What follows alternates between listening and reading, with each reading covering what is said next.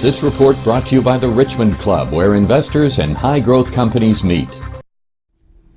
I'm Galit Solomon for the Richmond Report, and joining me today is Piyush Varshney, who is the President and CEO of Zincx Resources. Thank you for joining us today. Thanks for having me. Let's begin with an overview of the company. What can you tell us about it? Okay, so we're based in Vancouver, British Columbia. Our focus is zinc, lead, silver exploration. All of our projects are in British Columbia, and we've been able to define a significant deposit, over 30 million tons of 10% zinc lead.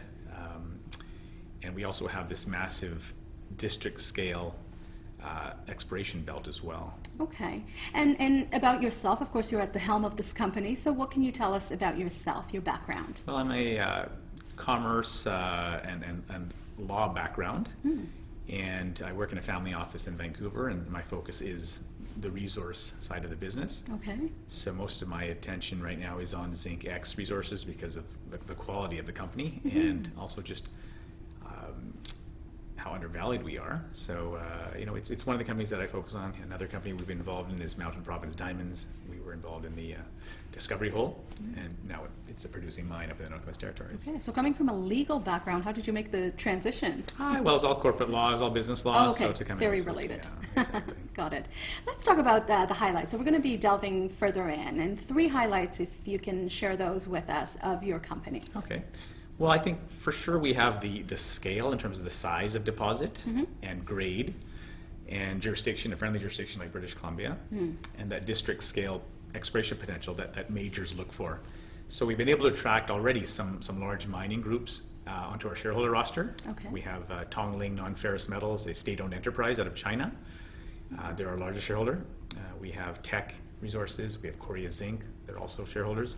So I think that speaks to the quality of these projects, that they're able to attract, you know, that kind of investor base.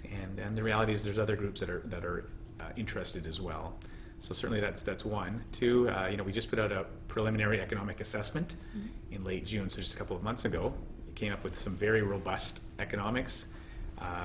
You know, putting in a mine here is very achievable.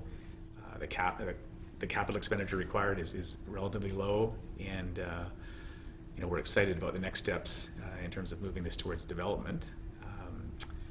And lastly, you know, I think we're undervalued versus our peer group. So in terms of an investment decision, it's always good to get into something when you know it's trading lower than a peer group, and given how quality the project is.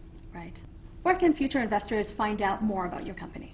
Well, I'd welcome them to come to our website, www.zincxresources.com. There's a bunch of information on there, some presentations, and you know, the PEA and the reports. So I'd certainly invite them to come take a look at the website. Okay, very good. Piyush, thank you so much for your time. Really appreciate Thanks. it. And I'm Galit Solomon for the Richmond Report.